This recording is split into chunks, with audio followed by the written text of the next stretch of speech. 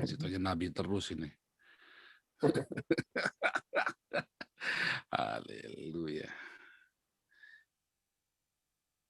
Ya, kita sudah live sekarang. Shalom semuanya yang ada di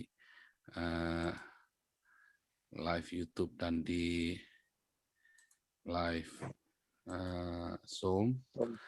Luar biasa. Tuhan Yesus baik buat kita semua. Saya tadi belum saya mute, sekarang saya mute semua. Nanti ya saya mute semua kecuali Pak David Leo. Saya jadikan co-host. Mana Pak David Leo? Haleluya. Saya jadikan co-host dan saya buka mikrofonnya supaya Pak David Leo bisa. Ya, silakan dibuka mikrofonnya Pak David Leo.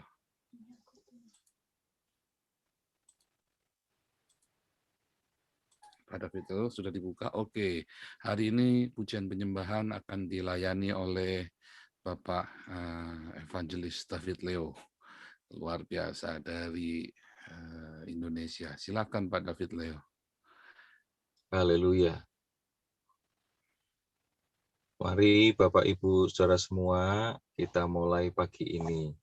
Ada yang berdoa mengawali Pak? Oh iya, sebentar. Kita ya, Pak Kopi Kristi ada di sini. Kopi Kristi, bolehkah memulainya dengan doa? Ada Kopi Kristi? Shalom, pagi. Luar biasa nih, Bali, ken kabare.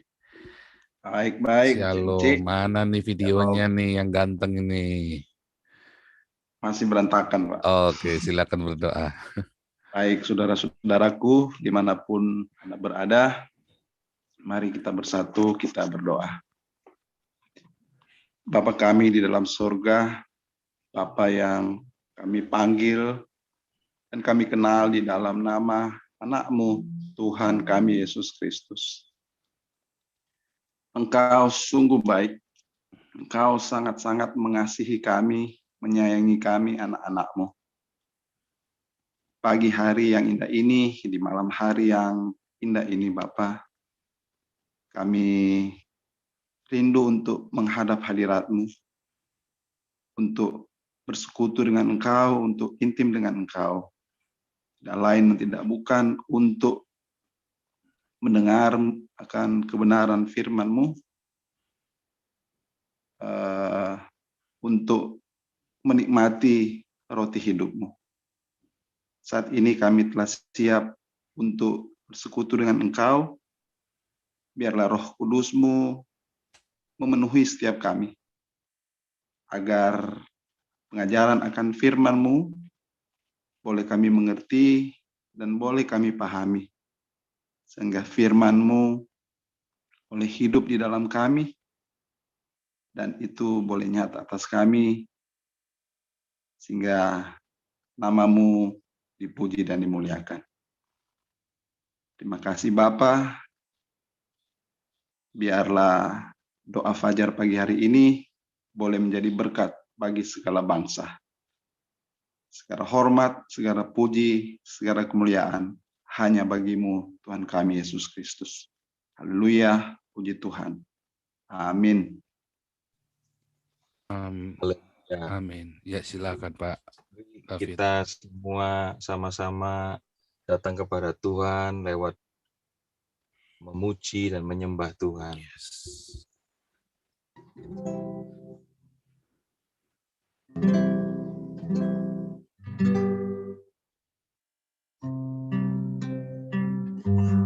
Kerajaan-Mu datanglah, kehendak-Mu jadilah, di bumi seperti di surga.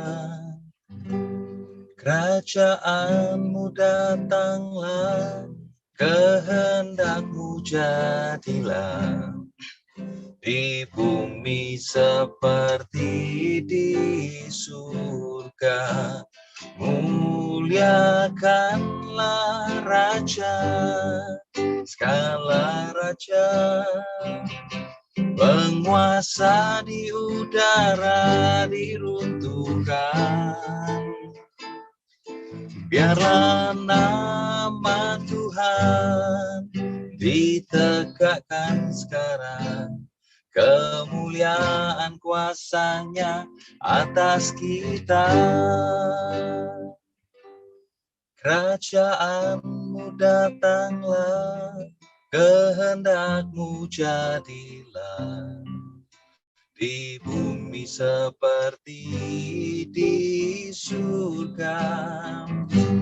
Kerajaan-Mu datanglah, kehendak-Mu jadilah, di bumi seperti di surga. Muliakanlah Raja, segala raja, penguasa di udara diruntuhkan.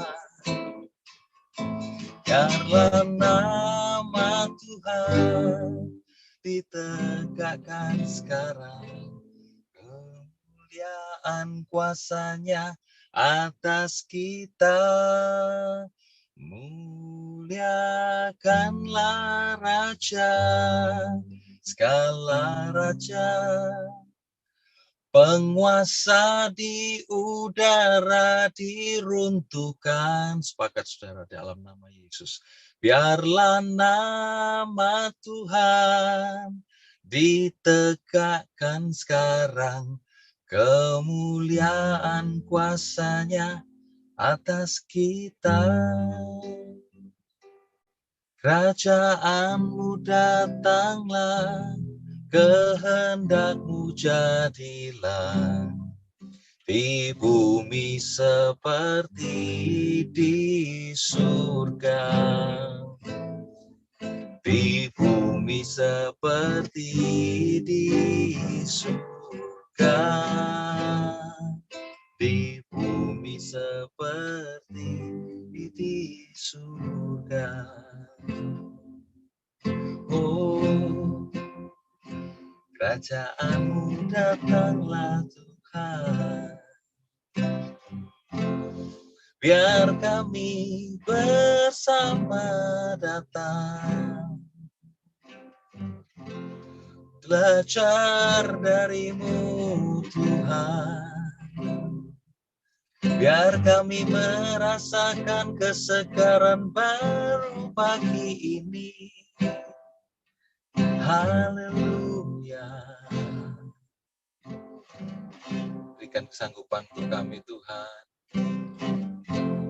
untuk melupakan yang telah lalu, mengarah pada tujuan, dengan mata memandang pada Tuhan Yesus sendiri pagi ini.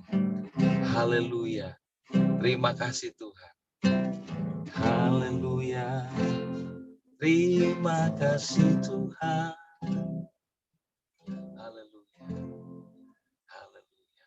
Kita naikkan pujian, lupakan yang telah lalu, dengan mata memandang Tuhan Yesus saja. Ya, yang nggak bisa ngikuti aja ya. Haleluya. Lupakan yang telah lalu, mengarah pada tujuan, dengan mata memandang Tuhan Yesus. Bertanding sampai menang, berlari sampai akhir, tanggalkan semua dosa yang merintangi. Ku mau setia kan panggilanku, sebab Kau sanggup menjaga langkahku. Pada janji-Mu ku percaya, Kau kan sempurnakan pekerjaan-Mu dalamku.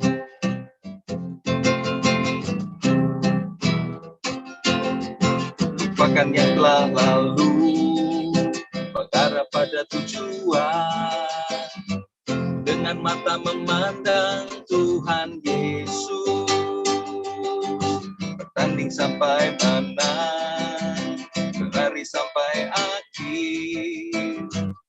tanggal semua dosa yang merintangi. Ku mau setia dan panggilanku, sebab kau sanggup menjaga langkahku. Pada janjimu ku percaya, kau kan sempurnakan pekerjaanmu dalamku.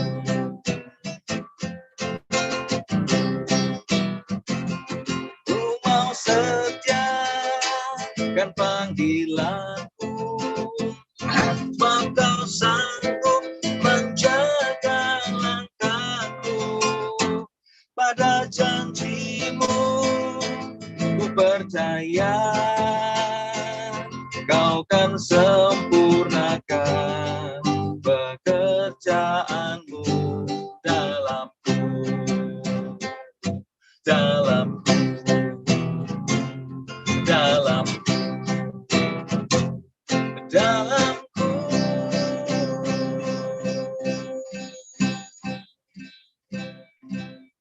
Haleluya. Tuhan, itu menjadi seruan kami, itu menjadi seruanku di dalam nama Tuhan Yesus. Biarlah pagi hari ini sungguh-sungguh Engkau sendiri yang terus beracara di tengah-tengah kami pagi ini. Sungguh-sungguh ini pernyataan kami, ini pernyataan hati, ini seruan hati kami di hadapan-Mu, Bapa. Biarlah sungguh-sungguh kami berperkara dengan Engkau sendiri pagi ini.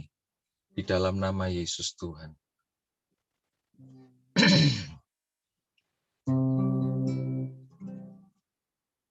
I love you, Lord, and I lift my voice to worship you. Oh, my soul, rejoice. Take joy, my King, in what you hear. Let it be a sweet, sweet sound in your ear. Haleluya. Nyatakan dalam lagu ini, I love you, Lord, and I lift my voice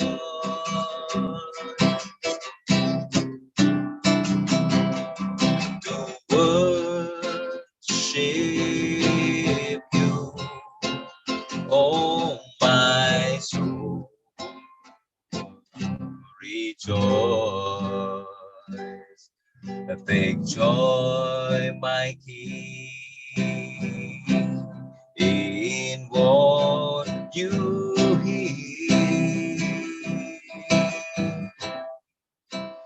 May it be a sweet, sweet sound in your ear. Dalam bahasa Indonesia, ku cinta kau dan angkat suara menyembahmu, jiwaku bersuka yang kau dengar. Semoga berkenan bagaikan musik merdu dan nyaman.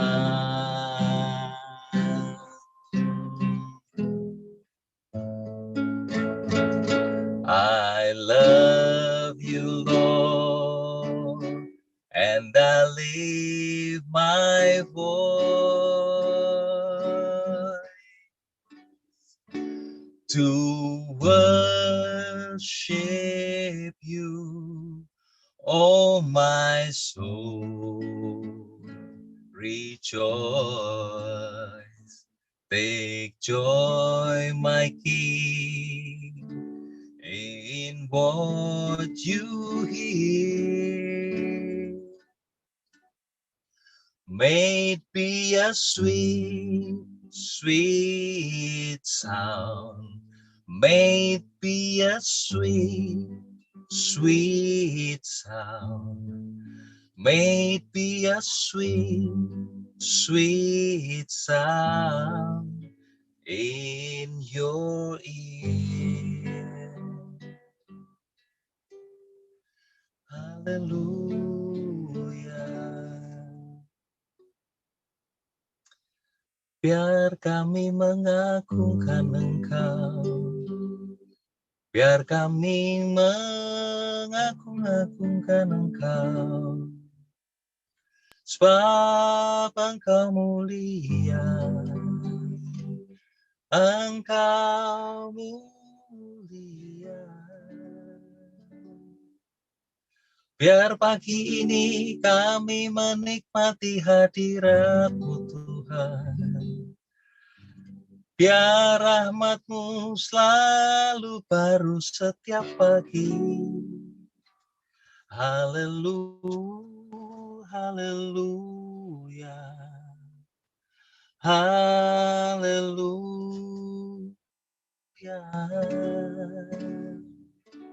Haleluya. Sembah Tuhan, sebab namanya kudus.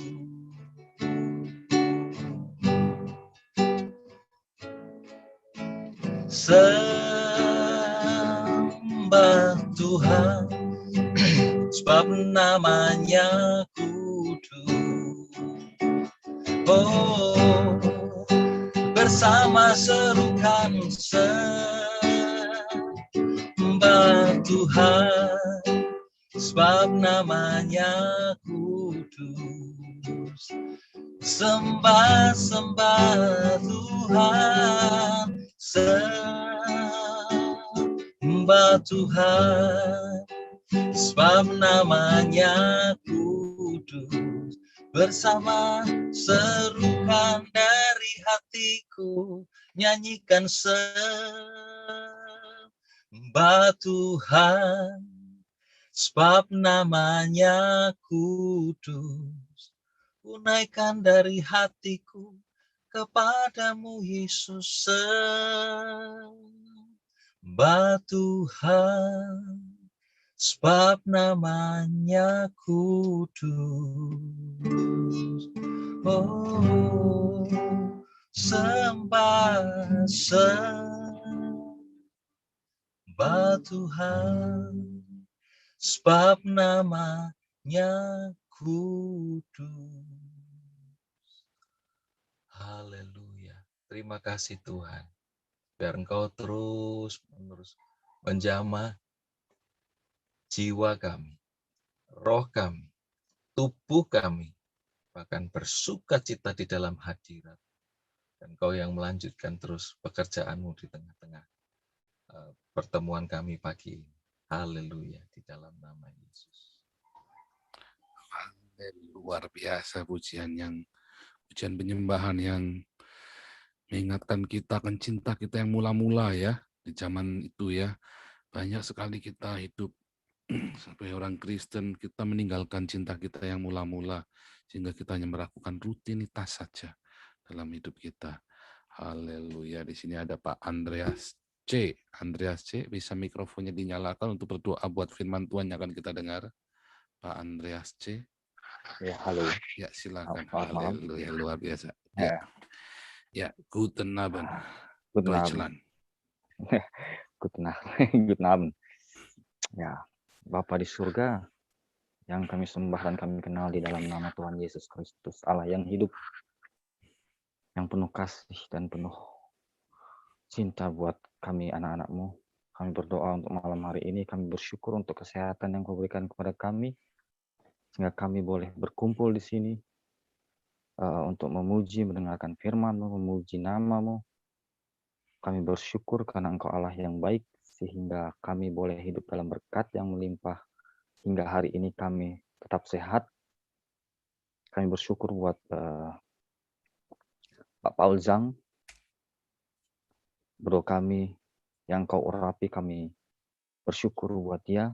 Biarlah setiap inspirasimu Tuhan, pikiran-pikiranmu juga kau boleh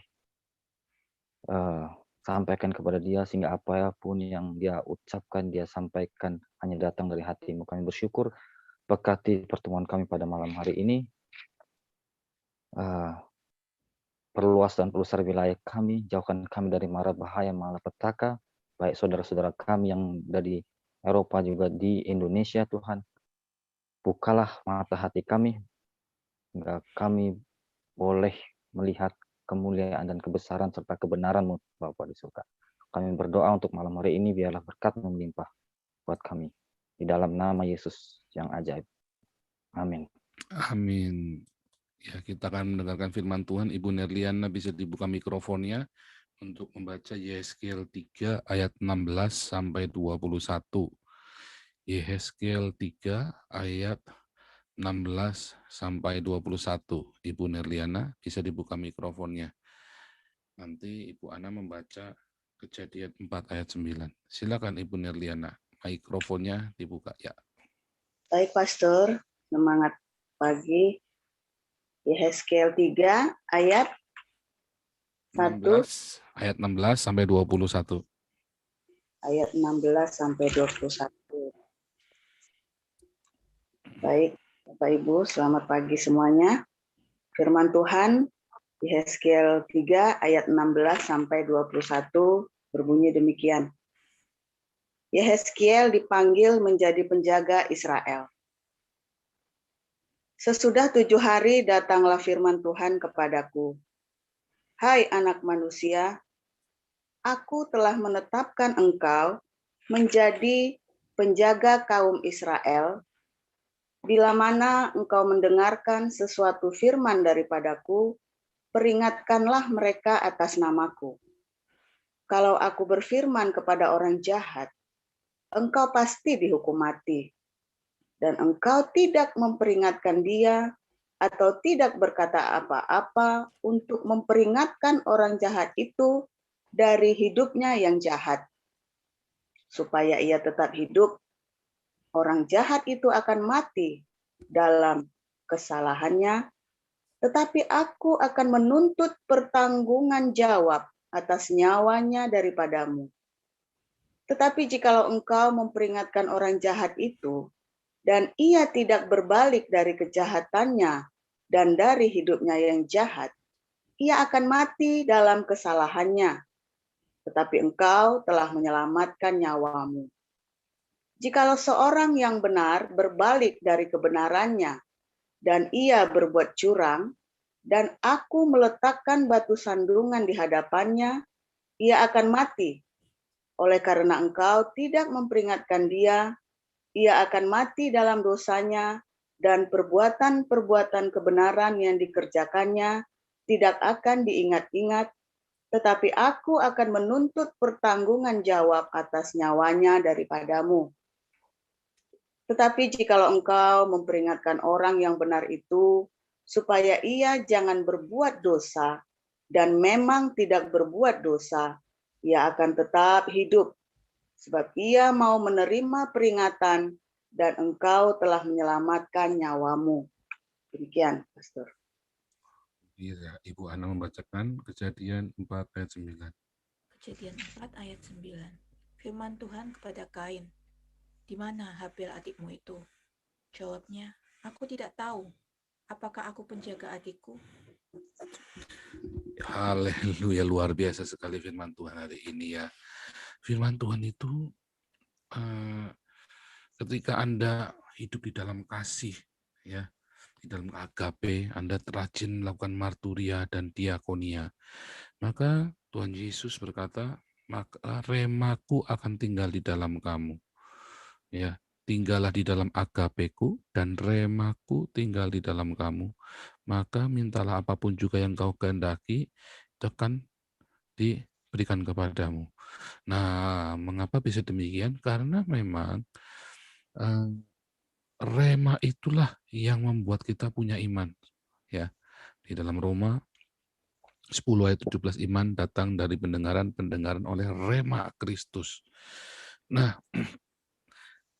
kalau saudara hidup selalu di dalam kasih, maka rema itu kan terus tiap hari hidup muncul dalam hidupmu. Nggak heran banyak orang Kristen bosan baca Alkitab, karena dia baca Alkitab dia nggak ngerti apa-apa dan dia tidak mendapatkan apa-apa. Akhirnya Alkitab menjadi obat tidur yang menjadi saran bagi para psikolog-psikolog Kristen.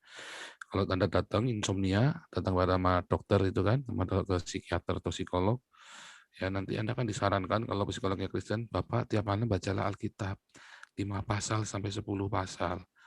Oh sudah, saya bacanya 5 pasal. Oh kurang banyak, bacalah mulai 10 pasal atau 20 pasal. Nah, jadi begitu dia ikutin saran psikiater atau psikolog ini, dia baru baca 5, 6 pasal, dia sudah tidur. Malah beberapa begitu dia lihat tulisannya saja, langsung tidur. Nah, ternyata Alkitab menjadi obat insomnia yang paling mujarab. Haleluya, makanya saudara nggak dapat apa-apa. Begitu buka ceplek ngantuk langsung tulisannya. Memang itu mujizat luar biasa. Tuhan ajaib. Atau kamu yang ajaib. Tetapi saudaraku, hari ini kita dengarkan firman Tuhan. Ayat ini tidak pernah bosan dan ayat ini luar biasa sekali buat saya. Di Yesaya 3, engkau akan menjadi penjaga bagi saudaramu. Ya, engkau akan menjadi penjaga bagi bangsamu. Kita semua dipanggil ya dengan sebuah pilihan khusus ya untuk memberitakan terangnya. Anda yang disebut pembawa pemberita ini, di dalam perjanjian baru Anda kan disebut euangelion, pembawa kabar baik. Namun di zaman perjanjian lama, para pewarta ini disebut dengan nabi. Ya. Jadi kalau di dalam perjanjian lama, perjanjian baru Anda disebut pemberita Injil atau penginjil, ya, atau pembawa pesan, apostol, rasul, para rasul. Itulah sebabnya kalau Anda mengenal di perjanjian baru itu ada banyak sekali rasul. Bahkan Barnabas pun juga disebut rasul. Ya, dan banyak sekali rasul-rasul yang lain selain dari 11 murid Yesus. Ada rasul-rasul yang lain. Namun kalau di perjanjian lama, para pewarta firman Tuhan ini disebut nabi. Dan kita semua yang mewartakan itu disebut nabi. Makanya di dalam Yesaya 3 ayat 18 itu Anda diberi tanggung jawab yang berat. Ketika Anda dipanggil ya dari gelap kepada terangnya yang ajaib, maka Anda berkewajiban untuk memberitakan kabar itu, kabar keselamatan itu kepada orang-orang lain. Dan firman Tuhan berkata bahwa semua orang berbuat dosa. Anda tidak disuruh untuk membawa orang pergi ke gereja. Anda tidak disuruh untuk menjadikan orang beragama Kristen. Tetapi Anda disuruh untuk mewartakan keselamatan itu kepada saudara-saudaramu, keluargamu, kepada tetanggamu, kepada kenalanmu. Nah, di dalam pewartaan itulah kamu akan mau menyatakan kasih Tuhan. Kalau kita menyatakan kasih Tuhan kepada umat manusia, kita tahu semua manusia sudah berbuat dosa, maka kasih Tuhan itu yang akan membuat mereka diampuni dari dosa-dosanya. Masalahnya, banyak orang Kristen tidak tahu kalau mereka dipanggil menjadi seorang Kristen, pengikut Kristus ya, dalam arti terminologi pengikut Kristus, maka dia diwajibkan untuk mewartakan. Karena tugas pewartaan ini bukan tugasnya seorang pendeta atau tugasnya seorang pejabat gereja. Salah ya, tugas pewartaan ini adalah tugas kita semua. Baik mewartakan dengan mulut kita maupun dengan tingkah laku kita, dengan marturia dan dengan diakonia. Itu panggilan kita. Kalau kita tidak melakukannya itu, maka banyak orang tidak mengenal. Itulah sebabnya kalau Anda baca di dalam Matius 7 ayat 21-23, dan itu yang banyak digunakan oleh pendeta-pendeta yang menolak mujizat atau orang-orang Islam. Untuk menyerang kita tuh kan, bukan orang yang manggil Tuhan tuh, tapi orang yang melakukan kehendaknya, yaitu berbuat baik, ke gereja. Nah itu salah. Kata melakukan kehendaknya di dalam Matius 7 ayat 23 adalah dari kata telemato pater. Itu adalah kata-kata yang sama di setiap kata telemato pater. Ya, maka kan ada keterangan-keterangan lainnya. Salah satunya di dalam Yohanes 6 ayat 40 bahwa telemato pater adalah supaya orang-orang itu mengenal Yesus. Supaya orang-orang itu datang kepada Yesus, percaya kepada Yesus. Itulah telemato pater, dan banyak dari kita yang tidak melakukan telemato pater, yaitu apa? Membawa orang kepada Yesus, memperkenalkan orang tentang Yesus melalui hidup kita, melalui pewartaan kita. Ya, justru malah kita seringkali menjadi penghalang bagi orang untuk datang kepada Yesus. Ya, karena kita membawa orang kepada agama. Bahkan kita ketakutan. Ketika ada orang mewartakan, dulu zaman saya masih SMP, saya rajin benar-benar secara literal, saya memberitakan Injil di terminal-terminal bis, saya bagi traktat di bis kota itu ya. Dan saya dihalang-halangi oleh para pendeta ini, bahkan saya dimaki-maki sama pendeta-pendeta ini. Yang pendeta-pendeta ini sama sekali tidak memberitakan Injil. Tetapi pendeta-pendeta ini malah bilang, dulu saya masih muda, saya juga memberitakan Injil. Sekarang udah nggak lagi Pak Pendeta. Ya sudah, itu tugasnya anak-anak muda lah. Sekarang saya memberitakan Injil, Pak Pendeta larang saya. Sok rohani kamu, dimarahin saya. Nah, itu yang terjadi. Justru kita hamba Tuhan seringkali menghalangi orang lain untuk memberitakan Injil karena ketakutannya kita. Yang pertama. Dan yang kedua, seringkali kita menghalangi orang untuk datang kepada Yesus oleh karena tingkah laku kita. Ya, istri-istri tidak mau pergi kepada Tuhan karena suaminya gagal mengasihinya dengan benar. Suami-suami enek kalau ngeliat istrinya pergi ke gereja sambil nyanyi haleluya haleluya. Karena si istrinya sambil haleluya haleluya, dia sambil gandeng cowok lain di gereja, gandeng-gandeng sama cowok lain. Sementara cekikikan-cekikikan di gereja, di rumah dia nggak bisa cekikikan, galak sama suaminya. Suatu ketika ada sebuah cerita, cerita lama dari seorang pendeta yang sudah meninggal. Ya, cerita ini bagus sekali, ini kisah nyata ya. Jadi pendeta ini cerita, ya ada seorang di itu ya, ada seorang yang konseling gitu ya, tentang istrinya yang tidak mau pergi ke gereja. Padahal suami ini mengasihi Tuhan dengan luar biasa. Bukan cuma mengasihi Tuhan, bahkan juga rajin ke gereja. Nah, di masa-masa suaminya ini pergi ke gereja, dari menikah sampai udah usia berapa puluh tahun pernikahannya, istrinya tetap nggak mau untuk datang kepada Yesus. Kenapa, saudaraku? Karena ya ada sesuatu, mungkin nggak mau. Ini heran, suami udah berpuasa lama buat istrinya, nggak mau istrinya datang kepada Yesus. Lalu akhirnya si suami ini konseling ya sama Pak Gembala tersebut yang sudah meninggal ini. Pak Gembala ini dia bilang, ya kamu berdoa lagi. Kali ini kamu doa puasa. Kalau suaminya doa puasa, saudara, buat istrinya. Dalam puasanya itu tiba-tiba waktu tidur, waktu mau menjelang tidur, tiba-tiba ada satu bisikan di hatinya kuat sekali, peluk dia. Nah, si laki-laki ini orangnya canggung, saudaraku. Jadi nggak suka, orangnya kaku, nggak suka yang romantis begitu. Ya, memang ini orangnya pragmatis sejati nih, jadi nggak suka yang romantis, kaku bener dia. Tapi kuat sekali bilang peluk dia. Dia nggak mau peluk, wah nggak mau dia. Dia bingung gimana meluknya, ragu-ragu karena dia nggak biasa roman-romanan, saudaraku. Akhirnya udahlah dipeluk aja, dia nurut karena dorongan itu kuat sekali dan dia peluk dari belakang. Semalaman itu dipeluk, istrinya sampai tidur bareng-bareng itu dalam pelukan si suami ini kan. Saudara, tiba-tiba di pagi hari si istri ini sudah siap-siap, itu hari Minggu, si istri ini sudah siapkan sarapan semuanya dan sudah berdandan dan segala macam. Suami ini bingung, bilang, mama mau kemana? Oh, hari ini kamu ke gereja toh? Loh iya, tapi iya saya ke gereja, mama mau kemana? Bah, aku mau ikut sama kamu. Dia kaget, bingung. Kok mau ikut tumben-tumbennya nih? Akhirnya ya mereka jam 1000 puasa, pokoknya pergilah ke gereja. Istrinya sangat sukacita sekali, dengan terbingung-bingung, pokoknya dengan sukacita sekali mereka pergi ke gereja, pulang gereja ditakdir mie ayam. Senang sekali suami dan istrinya pergi itu ya. Pulang sampai rumah, sorry, yang mie ayam tadi itu tambahan dari redaksi karena saya memang suka mie ayam. Nah, kemudian kita pulang, mereka pulang sampai rumah. Wah, ini bingung nih. Sehari-harian bingung, kok mau ke gereja ada apa ini? Jangan-jangan mau minta cerai atau mau kawin lagi istrinya, tiba-tiba mendadak jadi minta ke gereja begitu kan. Ditanyalah pelan-pelan. Malamnya ditanya, kenapa mau ke gereja? Tuh, kamu tahu nggak kita menikah ini sudah berapa lama? Sudah hampir 30 tahun, kata suaminya. Pernah nggak kamu sekali saja memeluk saya? Nggak pernah, ya baru tadi malam. Kamu tahu tuh tak peluk? Iya tahu, saya dipeluk sama kamu.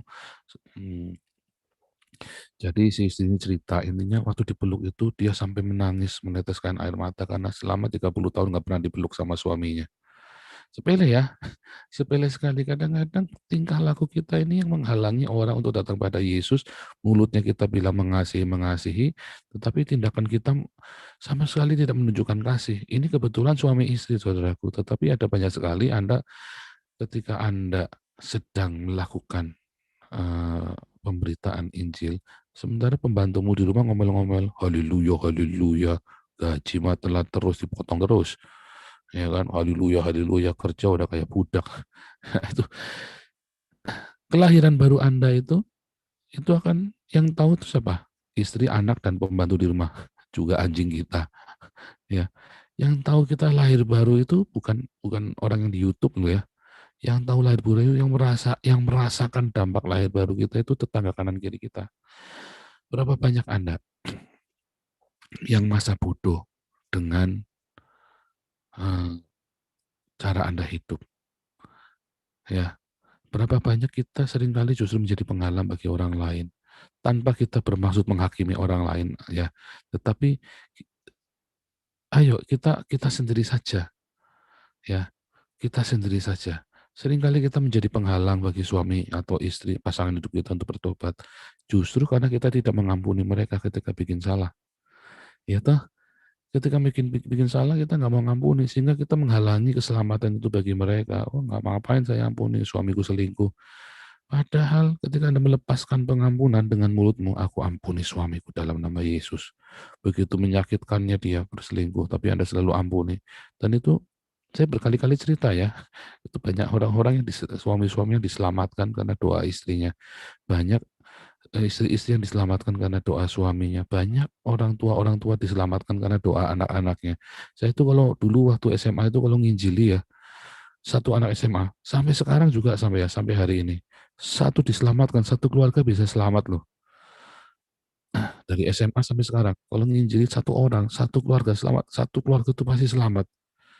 Ya, jadi kalau saya nginjili siapapun, saya nginjili satu orang, nanti istrinya atau sama orang tuanya dia ikut dibaptis. Nah, itu yang terjadi, saudaraku. Nah, itu bagaimana dengan kita? Apakah kita juga berdoa buat keluarga kita? Males. Banyak orang di sini minta didoakan supaya keluarganya diselamatkan. Tapi Anda sendiri nggak berpuasa buat keluargamu. Anda nggak berpikir bahwa keselamatan itu penting bagi mereka. Saya sekali lagi tidak berkata untuk membawa pergi ke dalam gedung gereja atau menjadi seorang beragama Kristen. Tetapi untuk orang itu mengerti keselamatan yang di dalam nama Yesus Kristus dan mereka menjadikan Yesus sebagai majikan dalam hidupnya. Bukan yang lain. Entah dia beragama Islam, Buddha, Hindu, Konghucu. Tetapi dia punya Yesus di dalam hidupnya. Di Indonesia orang-orang yang saya baptis tetap pergi ke masjid. Tetap mereka Konghucu. Saya tanya, oh sekarang saya mau ini dong. Ya ngapain? Iya, soalnya kalau saya ke gereja nanti dimarahi papa mama karena kita masih sembayangan di kelenteng. Pak, kalau lagi cengbengan gimana? Ya pergi aja cengbengan, saya bilang gitu. Lo kan katanya enggak boleh berdoa buat banyak. Loh, kamu kan berdoanya di dalam hati. Kamu nggak teriak-teriak berdoa sama leluhur. Kamu kan enggak perlu berdoa buat leluhur lagi. Kamu kan berdoanya sama Tuhan Yesus waktu cengbeng. Saya bilang begitu kan. Nggak perlu. Yang penting dia sudah memiliki jalan hidup itu. Dan dia sudah berdoa kepada Bapa di dalam nama Yesus. Begitu ya. Nah, kemudian saudaraku banyak orang masa bodoh. Nah, jadi kita lihat ya, dosa di dalam tradisi rabbinik ya, dosa yang pertama kali dilakukan itu dilakukan oleh siapa? Kain. Ini kita lagi tradisi rabbinik ya, bukan tradisi Helenis ya. Kain yang pertama kali melakukan dosa itu, yaitu dengan membunuh Habil. Dan temanya apa? Tema pembunuhannya. Tema pembunuhannya adalah karena agama. Ya, pembunuhan pertama itu dimotivasi oleh agama. Makanya saudara jangan membawa orang untuk beragama, menjalankan ritual. Ya kamu harus bagaimana? Banyak orang kalau pertama kali bertobat datang sama saya, minta diajari. Jadi apa? Ritualnya bagaimana? Kalau saya kan dulu dari Islam, misalnya kan orang-orang yang dari Iran itu kan dari Islam Syiah. Mereka biasa dengan ritual mereka. Loh, kalau kita ini ritualnya bagaimana? Saya bilang nggak ada. Kamu sama saya nih, kamu sama ayah kamu, ada ritualnya nggak dengan ayah kamu? Ya nggak ada, kita hidup setiap hari. Nah, itulah menjadi seorang Kristen. Seperti kamu punya seorang ayah. Nah, kalau kamu ayahmu galak, tukang gebuki kamu, lah itu repot memang. Tapi makanya pertama kali kita harus dipulihkan hati Bapak itu. Kekristenan bukan seperangkat ritual dan simbol. Nah, jangan ajari mereka itu ritual dan simbol.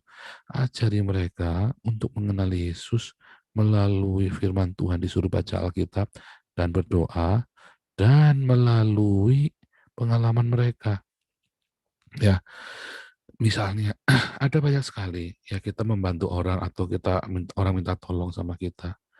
Orang banyak berpikir saya ini sumber uang, misalnya begitu kan, atau Anda ini sumber uang karena Anda bisa berbuat kebaikan buat dia, orang tergantung sama Anda.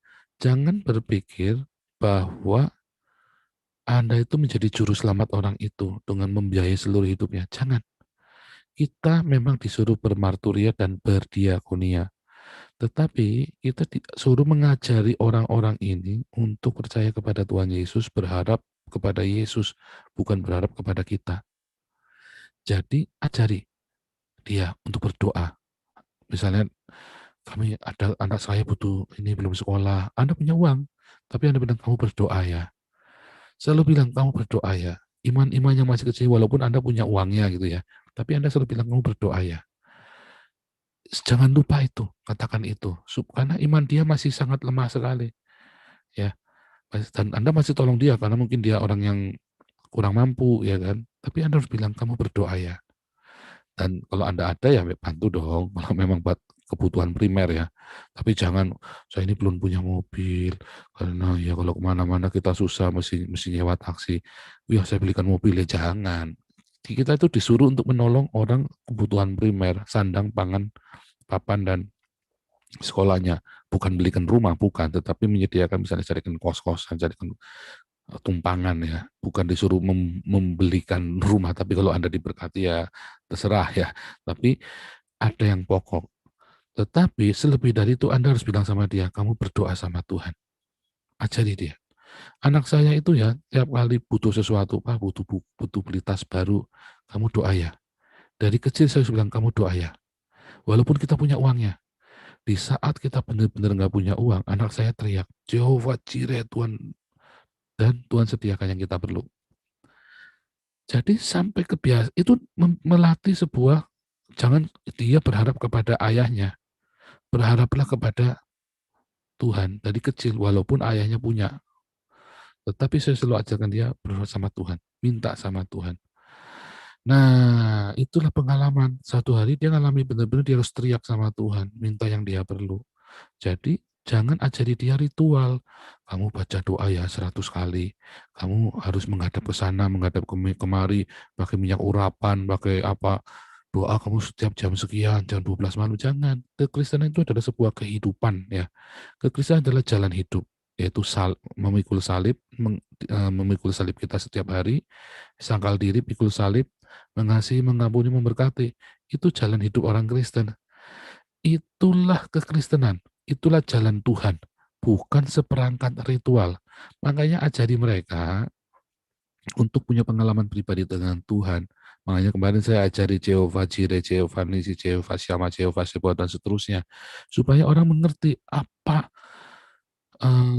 pengalaman apa yang biasa dimiliki oleh para nabi dan para rasul dalam Alkitab. Sehingga itu kita belajar itu dan kita menerapkannya dalam kehidupan kita sehari-hari.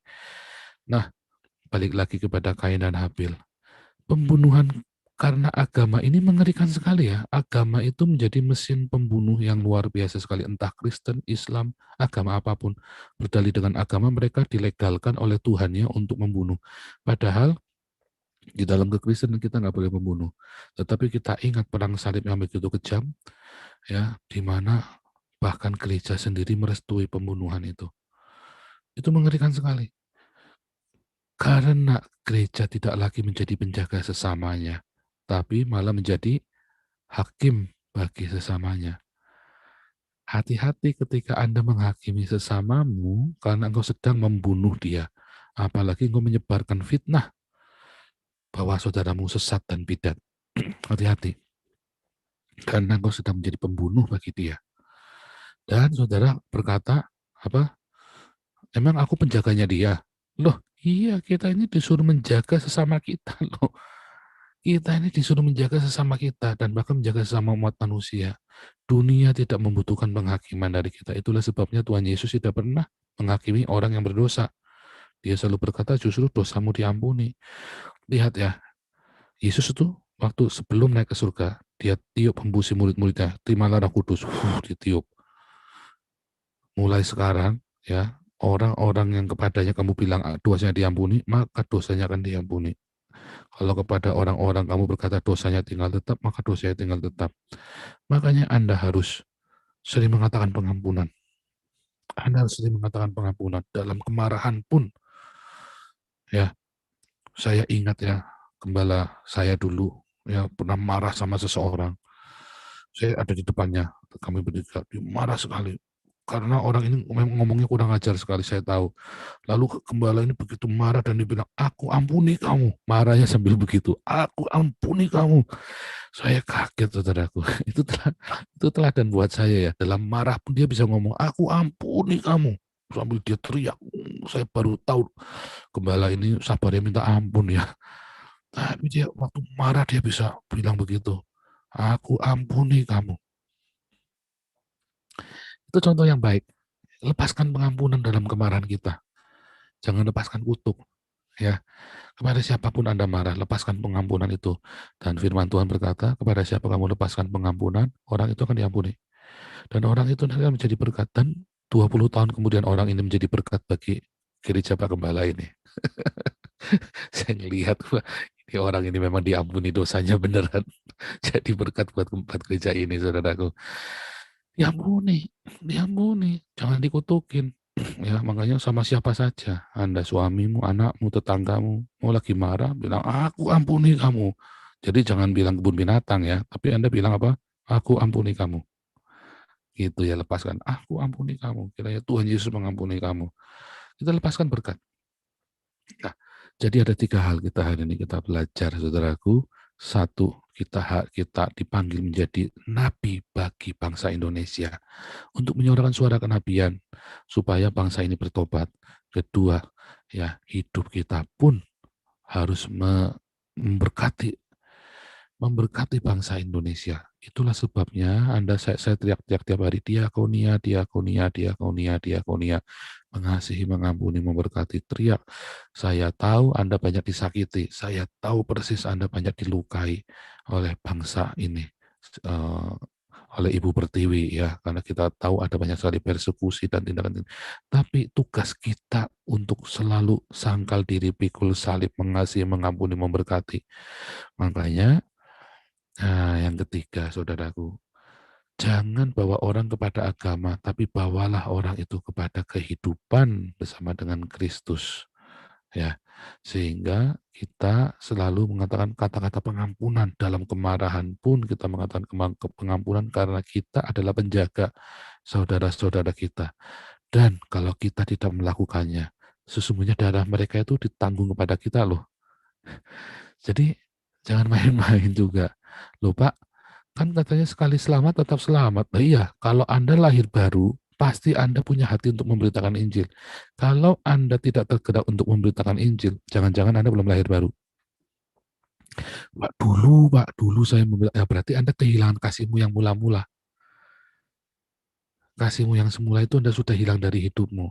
Haleluya, kiranya rema dari Tuhan Yesus Kristus